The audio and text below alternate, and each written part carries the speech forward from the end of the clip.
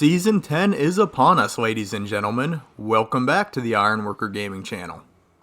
Before we get going on Tommy's Matchbook, if you've seen my content before and you've been enjoying it, how about a like and subscribe?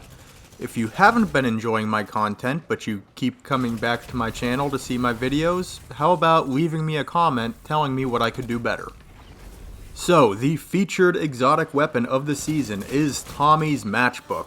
You'll get it right off the bat if you are a Season Pass owner, and a little further down the line if you're going down the free-to-play track. Tommy's Matchbook is a 720 RPM solar auto rifle. At this point, I don't feel I've spent enough time with this gun to do a full-blown review on it, but I've spent a good couple days working with it in the Crucible, just to see what it could do. Now, I've seen a bunch of reviews on this gun out there, singing its praises. Oh, it's so good in the Crucible, it melts people's faces, it's overpowered, it downs people so quick, the TTK's out of hand. To those people, I'm gonna say cool your jets, because I tend to disagree with that sentiment. Especially if this gun is in the hands of a lower skill player, they are going to have some serious issues with it. So let's get this started by just taking a real quick look at the main perks on this gun.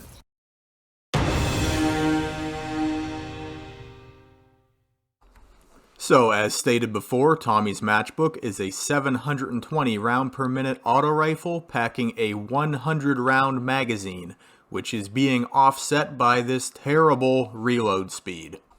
The exotic perk on this gun, which is both awesome and problematic, is Ignition Trigger. Sustained fire with this weapon overheats it, increasing damage but burning the user. The unique trait on this weapon is Heat Sink. Overheat damage is reduced while not aiming down sights, so this gun is built to be hip-fired. Now let's take a look and discuss what this thing can do for us in the Crucible.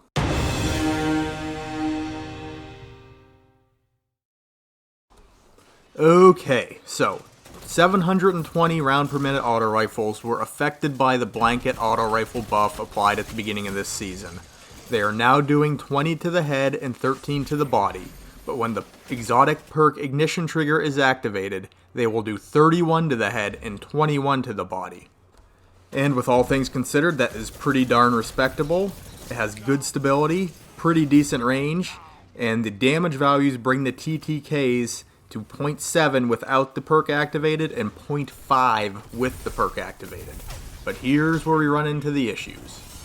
Ignition Trigger will activate after 20 rounds are fired out of this gun. This is when the damage buff will start to apply, and this is where the self-damage will begin.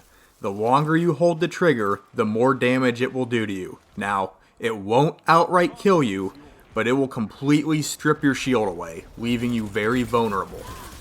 You can negate this damage a little bit by hip firing, but remember, you are still going to be taking damage with sustained fire. Now, I don't know how you look at things, but for me, taking damage in the Crucible in any way, shape, or form is bad, even if it's going to give me a damage buff. It is not a good trade-off if you ask me. Now, the moment my screen starts flashing that little bit of red saying I'm taking damage, my brain just like flips a little switch like, Ironworker, something's going wrong, something's happening, you need to figure something out. And generally, this means I am going to disengage from the fight I'm in and try to take some cover to regen my health. So I often find myself running behind a piece of cover, dropping my little Warlock Rift, and kind of hoping that guy I was just shooting at does not decide to push me. This is where I find this gun is going to be punishing for lower skill players. I am not a top tier Crucible player by any means, but through smart gameplay, I can hold my own most of the time. With this gun though, I had a serious problem getting any traction in the Crucible matches that I was playing.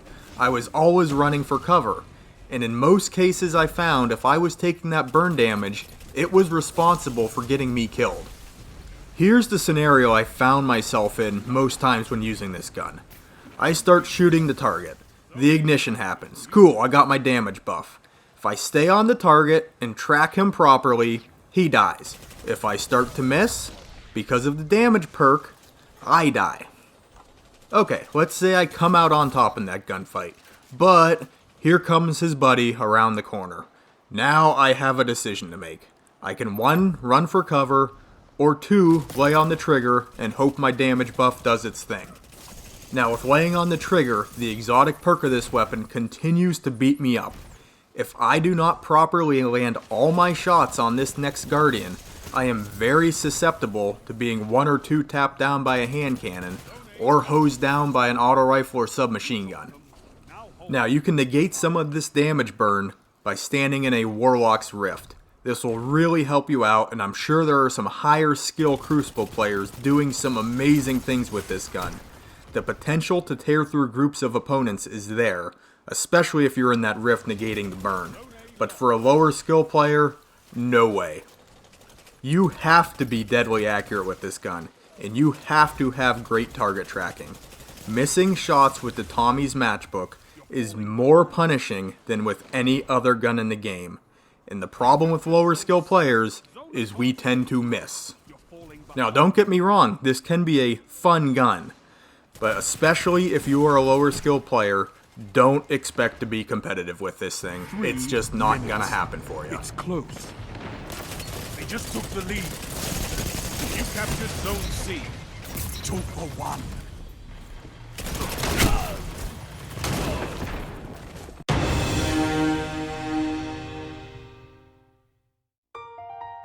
Okay, that is gonna do it for our brief overview of the Tommy's Matchbook Exotic Auto Rifle.